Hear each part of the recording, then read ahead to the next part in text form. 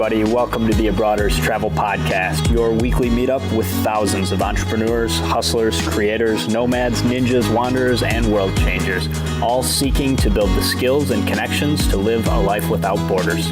If you want to learn more about what we do or download our entire podcast archive, check out the website, abroaders.com. Happy Wednesday morning and welcome to another episode of the Abroaders Podcast. I'm Eric, checking in from Grand Ledge, Michigan. This is episode 185. AJ is off today. He is at Lake Michigan enjoying the beach and relaxing a little bit. So it's just going to be you and me today. Today I want to talk a little bit about Amex membership rewards and run through a couple of recent bookings. This month so far in August, we've had a couple of really interesting Amex bookings using some of the different transfer partners and kind of illustrating some of the ways that you can really get a lot of extra value out of membership rewards points. So I'm going to share two different business class bookings that utilize different partners on the outbound and the return for Amex membership rewards, review the different partners, and then I've also got a economy class booking that I made using British Airways, which is one of Amex's partners, and took advantage of their transfer bonus that's going on right now. So I've got a couple of different rewards to go through. We also will cover some news and updates, but today I want to flip this around and actually start with the core content, start with the booking stuff, and we will get to the news afterwards. But we've been getting lots of questions about how to use points, especially transferable points. And honestly, we haven't really gotten into that as much as I would have liked to. So I wanted to dive into these because I thought there were some really good examples. We'll also have links from the news and updates in the show notes at abroaders.com/185. Okay, so let's get started. First of all, just as a quick review, Amex has quite a few different transfer partners. So Amex membership rewards are points that you can transfer to most partners instantly at a 1-to-1 ratio. There are a few that take some additional time. And so real quick, before we get into the bookings, I want to run through and review the different transfer partners that are available. Amex also transfers to a couple of different hotel programs, which can be useful. Generally, the hotels are not as good of a value as transferring directly to airline frequent flyer programs, just in terms of the amount of money you're saving. A lot of times the same number of Amex points that could save you $1,000 on a flight might only save you $300 or $400 on hotels. So it's nice to have that option, but generally we try and encourage people to focus on the airline transfer partners first. So the top partners, I kind of divided these into two tiers because the most common ones are the place that you definitely want to start when you're doing your search for your upcoming travel plans. And then if you can't find something with those, or perhaps you have a really specific type of trip that you need, some of the other partners might come in handy for particular destinations especially. So the biggest ones, you've got Air Canada Aeroplan.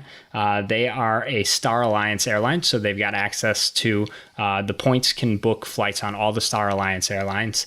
Air France and KLM, which is the Flying Blue program. They are a member of SkyTeam, so they've got access to a whole bunch of different partners than Air Canada.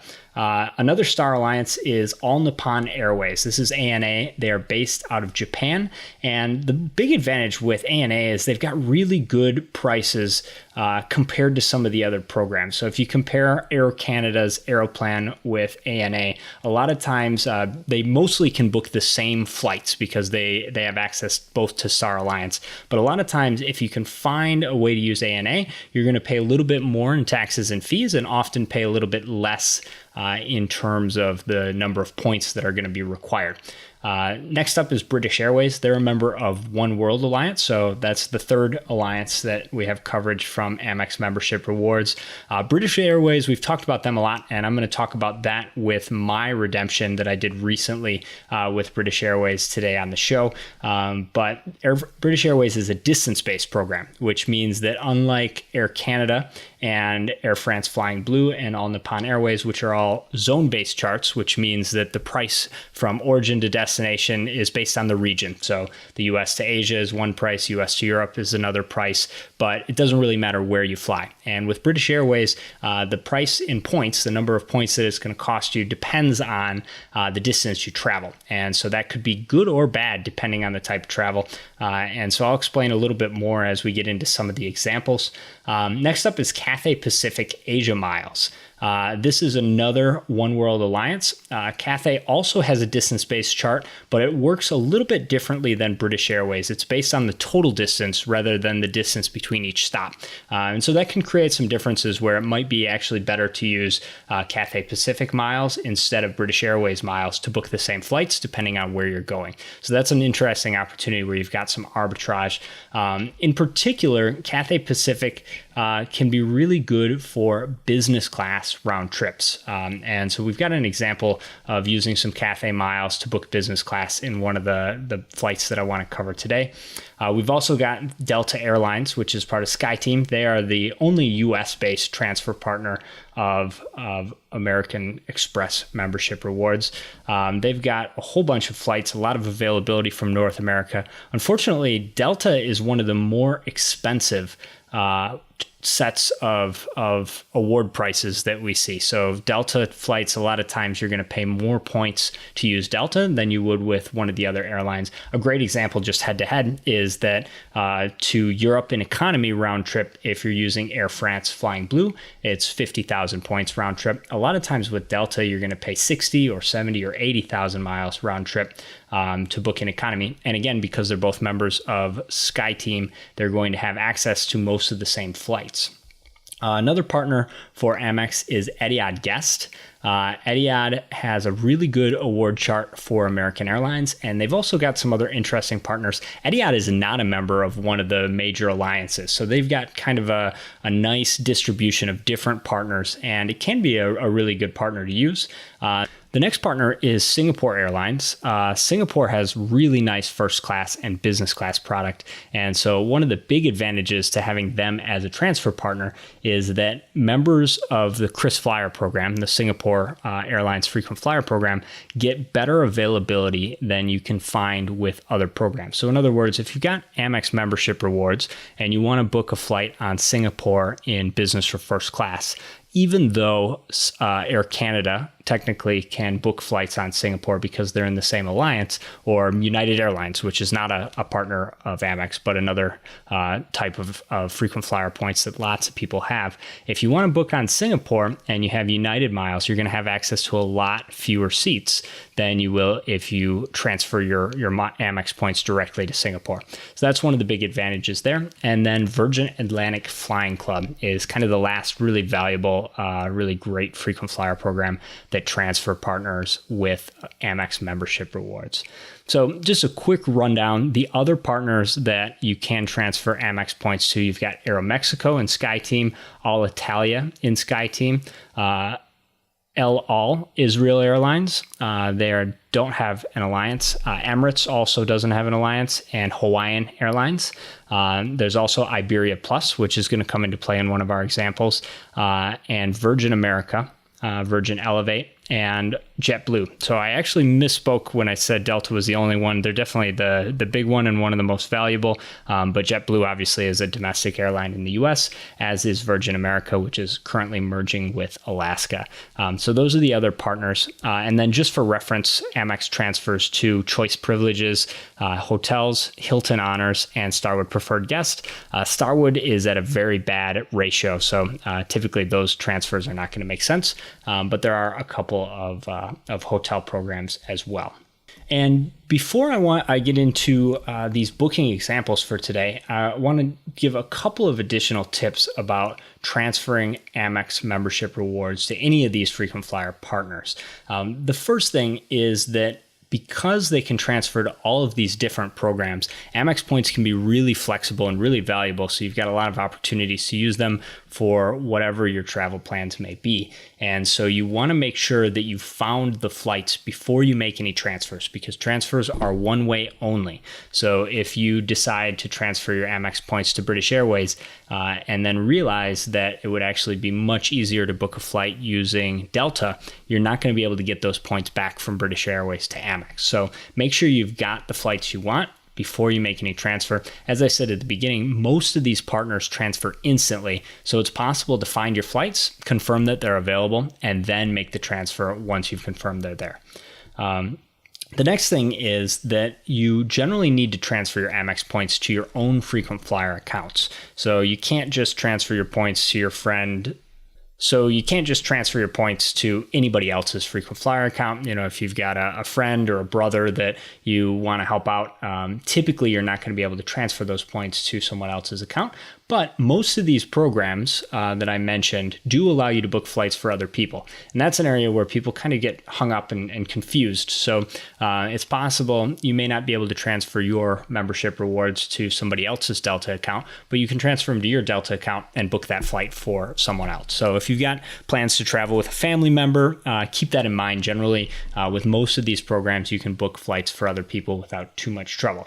One other thing is to keep an eye out for transfer bonuses. I was able to take advantage of one of those. Right now, British Airways has a really nice transfer bonus with American Express. 1,000 Amex points is going to get you 1,400 British Airways miles. And typically that ratio is 1-to-1. And in the past, it's even been worse than that. So keep an eye out, because that typically happens, a few times a year. You're going to see some different transfer bonuses that are available. The British Airways one ends on September 17th. So you've got a little bit more time with that one.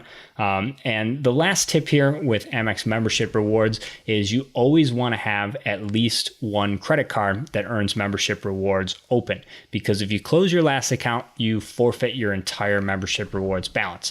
Now, if you absolutely decide that you want to close your last Amex account, you can transfer those points out to any of those frequent flyer partners before you close the account and keep them from just being deleted. But I would really advise against that, even if you have to pay an annual fee on one of the credit cards to be able to keep them open. And there are a few no annual fee cards like the Amex Everyday or the Blue Business card that don't have an annual fee and that still earn those membership rewards. So it should always be possible to keep one card open that earns membership rewards and makes it possible for you to keep your balance flexible so you can transfer to all of these different airline partners. Okay, so now I want to dive into a couple of examples of bookings that we recently did here. The first set is a trip from Asia to the United States. It's for two people in business class.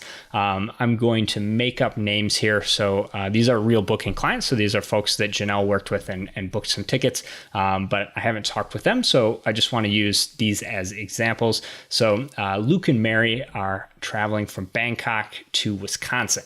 And they wanted to return and head to Chiang Mai, Thailand on the way back. So this is an open jaw ticket, and they're actually going to fly out of Las Vegas. So the game plan was to go to Wisconsin, spend some time there, see some family, and then travel down to Las Vegas, spend a little bit of time there, and fly back from Nevada. And so this turned out to be kind of an interesting booking because it used two different transfer partners of American Express membership rewards. So first up was the outbound ticket. So this came from Bangkok and is going to Green Bay. And so a couple of different things that you want to do when you start looking at booking a ticket. You want to just start out with kind of a high level search using a couple of the different partners. So we discussed that we've got partners that have access to Star Alliance, and we also have partners that have access to One World. And so those are two of the really good programs to be traveling back and forth between Asia and the United States. SkyTeam also has some options, and I saw that Janelle took quite a bit of time looking at different options, routing through China using partners of Delta and partners of Air France, Flying Blue. There's a couple of different Chinese airlines that are partners there. But one of the things that we've run into a lot of times with those bookings is that sometimes the layovers can just be really painful, 8 or 9 or 10 hours, just overnight layovers that you're going to be kind of stranded in a place that's not interesting, not a place that you necessarily want to travel to. So in this case, what Janelle was able to do is find some flights from Bangkok to Green Bay area, and she used a combination of websites to do the search. So with Star Alliance, there's a few different websites that are a great place to start when searching for award availability. So one of them is United Airlines. So even though United's not a transfer partner of Amex, they have a really nice online search that you can use for free if you have a United frequent flyer account.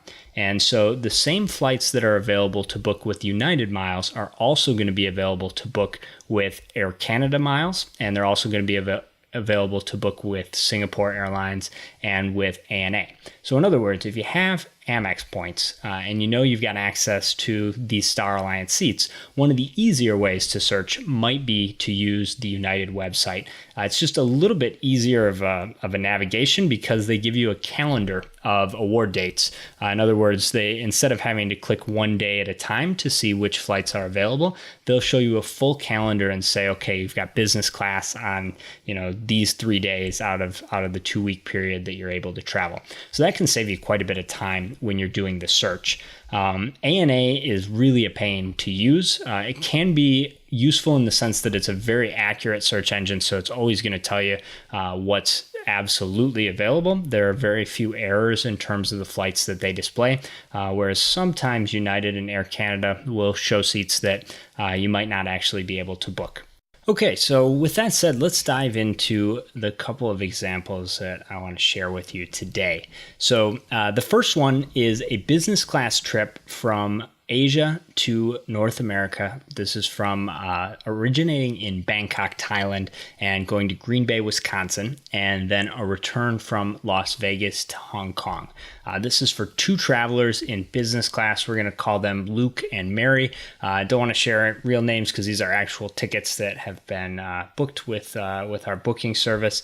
But I wanted to just kind of share some of the details because I think this can potentially help some folks that have Amex membership rewards think creatively about how you can search for those tickets and sort of see some options that are available. So first, some high-level stuff on the itinerary. The outbound travel was booked with Amex transferred to Air Canada Aeroplan. It came out to 57,500 miles in business class for a one-way. Now that's per person, and the taxes and fees here were $65 per person. So really, really reasonable. The return trip was booked with Cathay Pacific Asia Miles. So Air Canada is a Star Alliance airline, and Cathay Pacific is a One World airline. And so there were different partners that were available for these two. Another airline that's in One World Alliance is American Airlines. And so in this particular case, Janelle was able to use some points that Luke already had in his American Airlines account. So in addition to having Amex points available to book this trip, he also had some American Airlines points. And so on the return, we only ended up needing to transfer Amex to Cathay Pacific. So using the Asia Miles program to book one of the 2 one-way tickets in business class. And then we used American Miles to book the other business class ticket. And the key thing to know here is that it's possible to use those 2 different programs and book on the exact same flights. And so that's something I think a lot of people miss. So American Airlines has access to all the airlines in One World, and so does Cathay Pacific's frequent flyer program. And so we used all the American points that Luke already had, and then we also transferred some Amex points over to Cathay Pacific and used those points to book his travel companion, Mary, on the same flights on the way back. So overall itinerary, again, 57,500 miles and $65 a piece from Bangkok to Wisconsin in business class. And then on the way back, the itinerary came out to 70,000 Cathay Pacific points and $6 in taxes and fees on the return from Las Vegas to Hong Kong. One other thing that's noteworthy about this, and this comes up pretty often, I think, is that it wasn't really possible to book them all the way through to their final destination, which was Chiang Mai, Thailand. And so they ended up booking the flights just from Las Vegas to Hong Kong. And that's really nice when you can do that with a paid positioning flight at the end or at the beginning of your itinerary. So the award availability was all there. Everything worked out perfect to get to Hong Kong, but we couldn't find a way to use the miles to get the rest of the way. Or it may be actually in this case, since it's a distance-based chart, that extra flight was going to bump them into a much higher price. Instead of 70,000, maybe it's 90,000. And so one of the ways that you can avoid that is just cut off your trip at that destination of Hong Kong and buy the other ticket. And that's one of the other really nice things about Southeast Asia, is that flights from some of the major hubs like Hong Kong can often be really cheap. So I'm not sure what the actual ticket price here, but I have flown from Hong Kong to Chiang Mai before. A lot of times you can find tickets for less than $100. It's not a super long flight, only a couple hours, so not so terrible to be in economy, especially after you've had a really nice long business class flight. So it worked out really well. These flights were super expensive. That was the other thing that really surprised me. These flights, one of the itineraries was about $3,600. The other one was over $8,000 to buy retail. Now, you're not necessarily, that's not completely a fair comparison to say you saved all that money, because a lot of people just wouldn't be able to pay, wouldn't want to pay, wouldn't be willing to pay that much. But that's what they're actually charging for these flights. If you were to just go on to Google Flights or Kayak or whatever your favorite booking service is and pay for the same tickets. So Amex membership can have some super valuable payoff if you can use the points correctly. I know that this one took quite a bit of time, and in particular, I know that Janelle checked some of the other partners like Delta. So Amex transfers to Delta. Delta's partners with China Eastern and China Southern. Those are both SkyTeam Alliance Airlines. So that was something that she took a look at. I think that those ones didn't work out because they had really long connections in some random places in China that Luke and Mary were not especially interested in stopping for 8 hours in some small city in China. So a lot of times those are things that you can kind of work around. And so this was a ticket that was ultimately booked, just as a recap, using American Airlines miles combined with Cathay Pacific.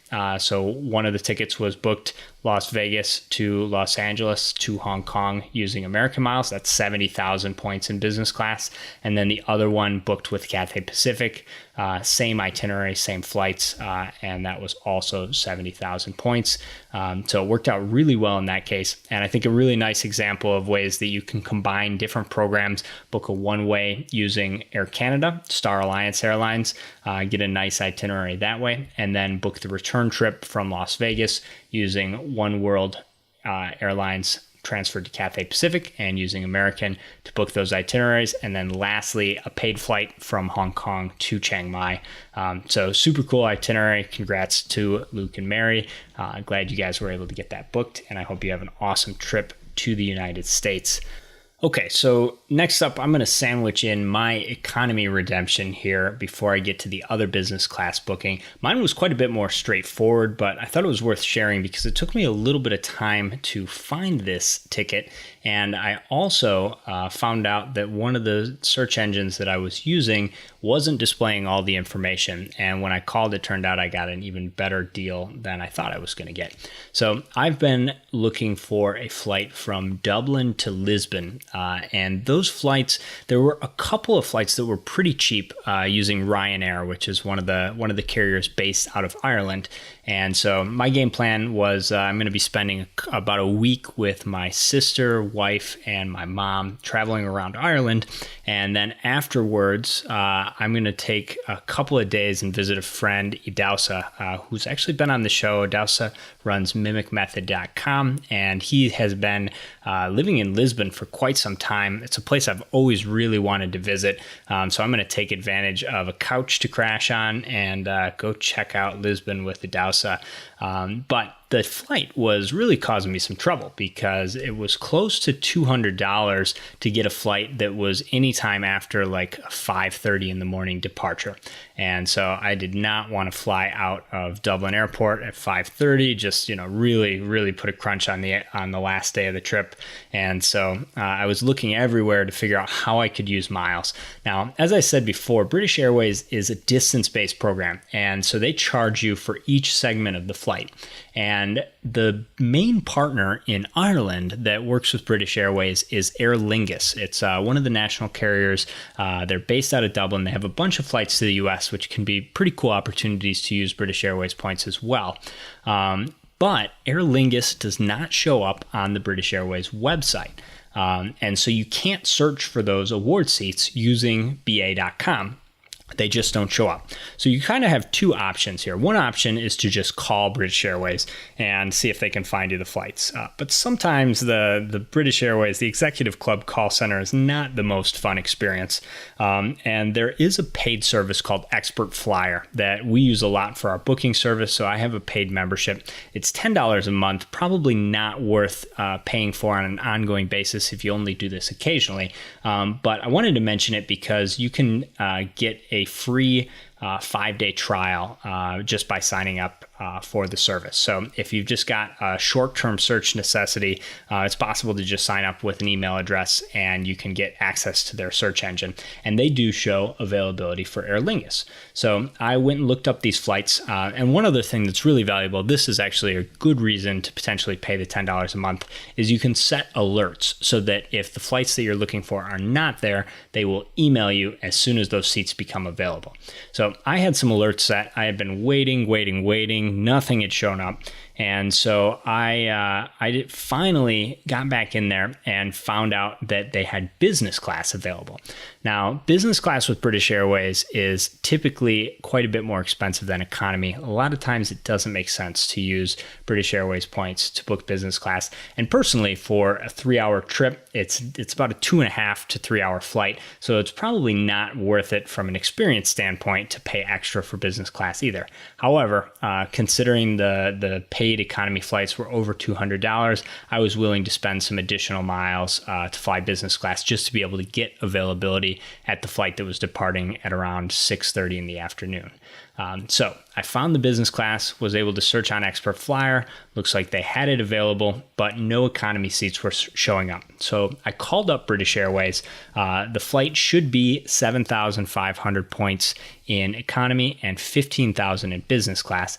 And what I discovered when I called was that the seats were in fact available in economy. So this was the first time ever for me that I had found some discrepancy with what Expert Flyer was showing.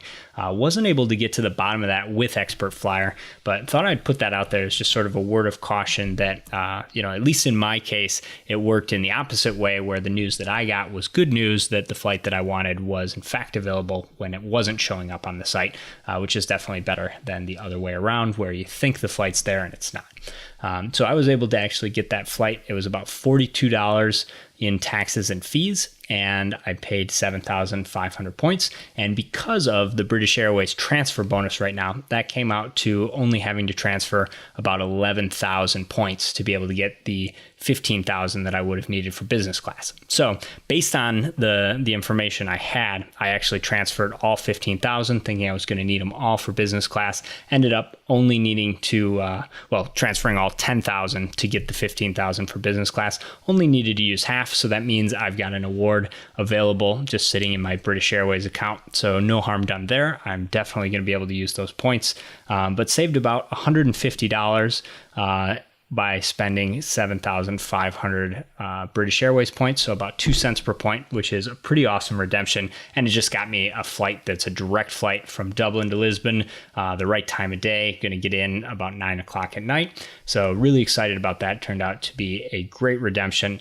But just a word of caution. Number one, British Airways website doesn't show availability for Aer Lingus and some other partners. So you want to be aware of that. And number two, you always should call and check, especially if you you don't have very many Amex points and you want to make sure that the flights are available before you transfer. Now, with a small redemption like this, it wasn't a huge deal, but if it had been a business class ticket and I had transferred, say, 60 or 70,000 points, and that was most of my Amex balance, and then it turned out that the seats weren't there, that would have been really tragic. And so that would have been a big bummer in terms of just lack of flexibility, because then the points are stuck and you can't, again, take them back from British Airways to Amex and transfer them to a different partner like Delta or like Air Canada or any of the other ones. So something to keep in mind, especially if you're making a big transfer. It's always worth giving the airline that you're planning to book with a call. Make sure the seats are actually there. Or if it is something that you can book on the website, get that seat pulled up and available before you make the transfer. All right, so this last one is a bit of a doozy, but I wanted to share, at least at a high level, what we were able to accomplish with John for his trip. So the overall itinerary is pretty crazy. Starting out in Peru, making a trip up to Mexico City, stopping there for a couple of days. Mexico City to London, nice long stop in London of about a month and a half. Then from London to Bangkok, then from Bangkok back to London, long stop in Bangkok, couple of different things going on there. And so that's the second extended layover, so sort of second destination here. And then from London to Florida and Florida back to Peru. So truly in this scenario, we had really three different long-term destinations: a short stop in Mexico, long stop in London, long stop in Bangkok, and then another brief stop in London and a brief stop in Orlando, Florida, before heading back to Peru. Now, this was a really interesting scenario of just not having enough points to make all of this happen. And so having to sort of choose the flights that made the most sense to use points and then pay cash for the other part of the ticket. I thought this one was a cool example because it did work out really well. Ran into some different availability challenges, but managed to get something done using Amex membership rewards. So the two partners that were used with points so far were Iberia Plus, which is one of the sort of secondary programs that I mentioned. Iberia is sort of a brother program to British Airways. Iberia is a carrier based in Spain. They use the same Avios points, but the points are separate. And so in other words, if you have points with British Airways, you don't necessarily have points with Iberia. The big difference here, the pricing is roughly the same in miles and the availability is the same. They can both book on the same One World Airlines, but a lot of times the taxes and fees can be different. And sometimes Iberia has better availability on their own flights. So in other words, if you have British Airways Avios points, you might not be able to book flights operated by Iberia that connect through Spain. Just more of those flights are available if you have Iberia points. And Iberia is not a transfer partner of Chase like British Airways is. So if you've got Amex points, you've got access to Iberia. So one of the itineraries was booked with Iberia. The other one was booked with ANA. So All Nippon Airways. Total was 94,000 Amex points to ANA for the London to Bangkok segment of the trip and back to London, so a round trip in business class. And that's where I was saying, as I mentioned sort of earlier in the show, that ANA can have much better pricing than some of the other programs. Most programs are going to charge you at least 50 or 60 or 70,000 points to fly from Europe to Asia. And so you're looking at, anywhere from 120 to 150,000 points round trip. With ANA, this particular trip, round trip in business class, London to Bangkok and back to London, was only 94,000, and they allow at least one stopover and an open jaw. Depending on which regions you're flying to, you can even stretch that a little further. Sometimes you can make that happen with 2 different open jaws or 2 stopovers. So ANA can be a really cool program. The one downside with ANA is that those tickets tend to have higher taxes and fees. So this one came out to about $350. Again, that's nothing when you consider that it's a business class ticket. This ticket was over $7,000 to buy for cash. So super good deal, but just be aware that especially with business class using ANA miles, you're going to have to pay more out of pocket in taxes and fees. The other part of the trip was from Mexico City to London. And so this was a one-way ticket that was booked with 63,750 Iberia Plus miles. Iberia also currently has a transfer bonus, just like British Airways does from Amex. So 1,000 miles equals 1,400 Iberia Plus Avios points. And so it didn't cost nearly 63,000 Amex points. I think just napkin math, I think that came out to about 44,000 Amex points that needed to be transferred to get that 63,000. So quite a bit better deal. One of the last things to mention here is that British Airways and Iberia both have a sort of tiered system where you can pay some cash to reduce the number of points that you need. And that's kind of unique. A lot of the programs, if you need 50,000 points for a one-way ticket, you can't pay a couple $100 and then pay 40,000 points. You got to have all 50,000 points. Well, British Airways and Iberia both have sort of a tiered system where they'll let you pay some cash on top and pay fewer points. So this was a situation where John was able to do that and reduce the number of points overall. So they had more points available for the ANA ticket that I mentioned as well for the other part of his trip.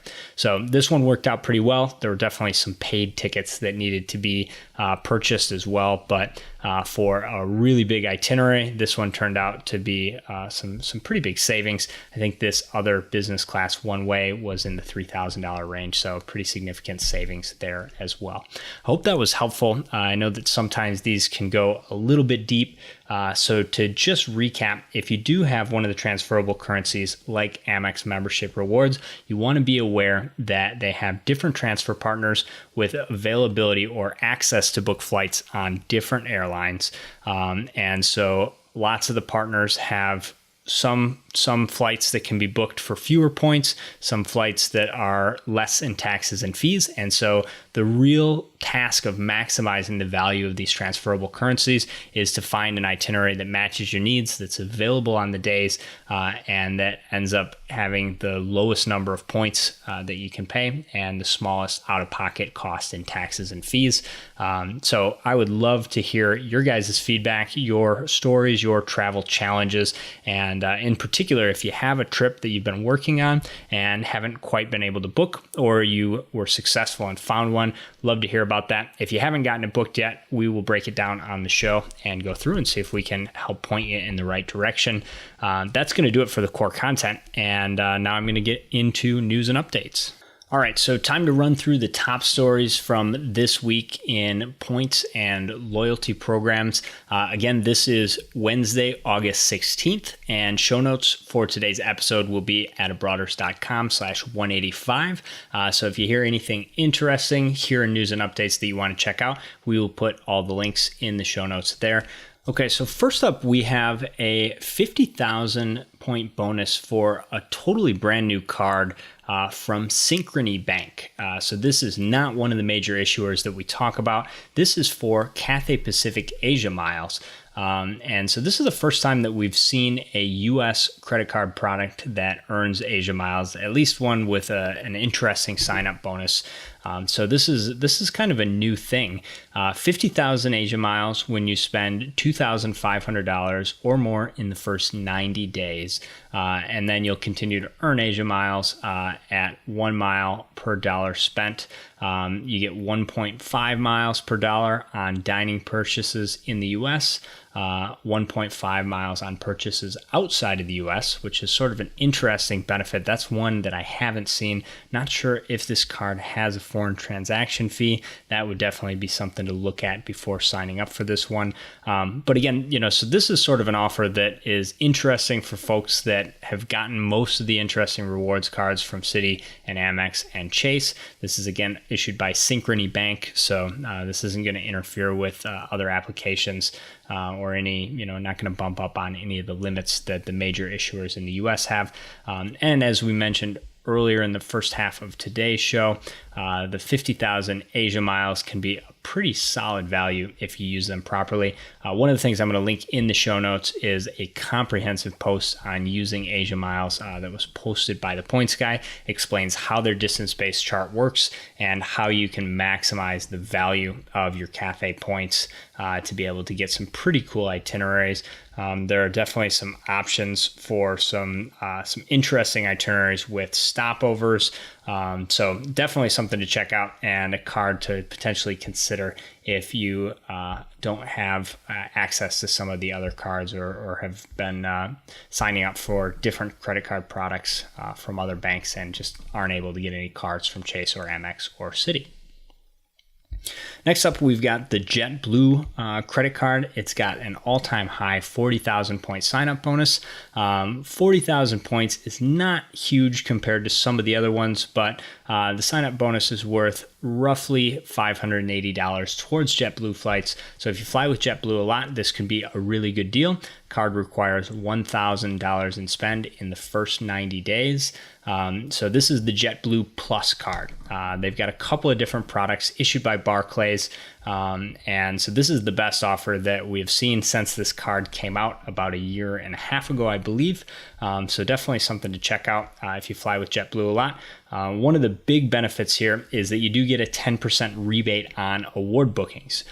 So if you redeem a lot of JetBlue points or you use Amex points and you transfer those to JetBlue, you're going to get 10% back. So that's a nice discount on the value of points that you've already accrued with JetBlue. Card does have a $99 annual fee. Also comes with free checked bags and 5,000 points on your anniversary.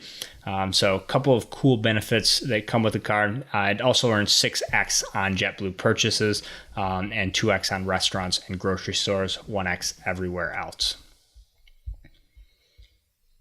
Last up, we've got a targeted Amex offer for $160 back when spending $800 with Delta. Again, Amex offers are available based on which cards you have. You can check by logging into your Amex account and going to the promos tab. The Amex offers is also down at the bottom after you see your basic account information. These are super easy, so if you have the offer on one of your cards, just click to activate it, and you have to make the purchase by October 8th, but you don't have to fly by then. So any purchase with Delta should be eligible as long as you spend $800 in one or more transactions. So you could buy multiple flights. $160 back is pretty good. So if you've got Delta purchases coming up, this is definitely one to take a look at and see if you've got it on any of your Amex cards. Onwards to earning points and getting free money. We've got a limited time offer with Delta Sky Miles. Usually you can earn one Delta Sky Mile for every dollar spent on Airbnb. But now through October 31st, they are offering 3 Sky Miles per dollar spent. This is one of those things that you need to activate so you can link up your Delta account with Airbnb. You don't have to use a specific credit card, so this is just a promo through Airbnb, partnership with Delta. And you need to book by October 31st and stay by October 31st of next year. So book by October 31st in 2017, and you've got 1 year of a time frame for your stays. So this is definitely something to check out if you spend money with Airbnb. Those are free Delta miles just by linking this up, and I'll have the link that explains what you got to do and where to do it in the show notes at broaders.com/185. Last up on free money is this Chase Amazon promo. I was not able to get this one to work for me, so your mileage may vary here, but Chase is offering $10 for free to spend on Amazon when you change your one-click payment method to an eligible Chase card. So I've got a link in the show notes. Number one, there's a direct link if you want to just do this the easy way and see if it shows up. It didn't show up for me, and there's some instructions here about how to just reload the page a few times and see if you can get it to show up. You may also be able to tinker with your one-click purchasing settings. Definitely worth a couple of minutes for $10. A lot of people obviously spend some money on Amazon, so this is a freebie if it works for you. And it looks like from the comments it's working for a lot of people. I only spent a couple of minutes, refreshed a few times, and didn't see it work for me, but definitely give it a shot, and hopefully you guys will be able to get that to work. All right, onwards to booking tickets and using your points. We've got a limited time promo for saving up to 30% on select Singapore KrisFlyer award tickets. These are for redemptions on either Singapore Airlines or their sort of subsidiary Silk Air. So this is not for Star Alliance partner redemptions, but this is valid for bookings made through August 31st and flights from September 1st to September 30th. So somewhat limiting, but if you're going to be in an area served by either Singapore or Silk Air, check it out, 30% off award bookings. So that can be a pretty significant savings. And it looks like this includes a lot of eligible destinations. So we've got a link to an article that's got the full list. And if you're traveling in Asia, this could make it pretty cheap to use Singapore Air. There's a lot of cheap options within Asia. A lot of times AirAsia is cheap to buy cash, but if you can use some points and fly on Singapore, it's generally going to be a much nicer experience, and you don't have to deal with checked bag fees and all that other stuff. So some nice advantages if you're able to take advantage of this offer. 30% off select Singapore award tickets. All right, so next up in travel news, good news for folks heading to Qatar. They have now gone live with a free visa valid up to 180 days, depending on where you're from. This went into effect last Wednesday, and it is for 80 different countries, including the old US of A. So no more visa required for Qatar. Obviously, read the details before you book any tickets, but good news, more open borders, less hassle if you're going to make a stop in Doha or travel around Qatar. Last but not least, I've got a link to a pretty interesting post on how to get unlimited in-flight Wi-Fi for $10 a month. This is a new telecom service offered by US Mobile, and they've launched this unlimited Wi-Fi plan. Not only does it have access to GoGo in-flight internet, but it's also got access to a whole bunch of hotspots in 120 countries, all for a flat $10 per month. So it looks like a pretty awesome deal. And so there's instructions here on how to sign up. Really, this just comes down to whether you find yourself on flights that have GoGo internet.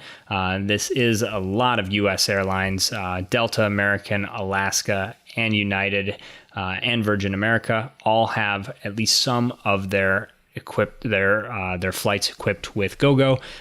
So there's a lot of opportunity there. There's also quite a few international airlines that have GoGo Wi-Fi. So certainly check this out. I don't really find myself buying Wi-Fi very much on flights, so this is one that I might not get quite as much use out of, but I know this will be super valuable to some people. So I will link over to that post. It's got all the details on how it works and how to get signed up. All right, that's going to do it for this week's show. Thank you so much for being with me. AJ and I will be back next week, 8 a.m. Eastern Standard. Wherever you are, travel safe. Hey, brothers, don't be shy. Hop over to the website and join our email list for exclusive travel hacking content. If you like what we're up to, the best way you can support the show is by leaving us a 5-star review on iTunes. Lastly, we would love to hear from you, so send your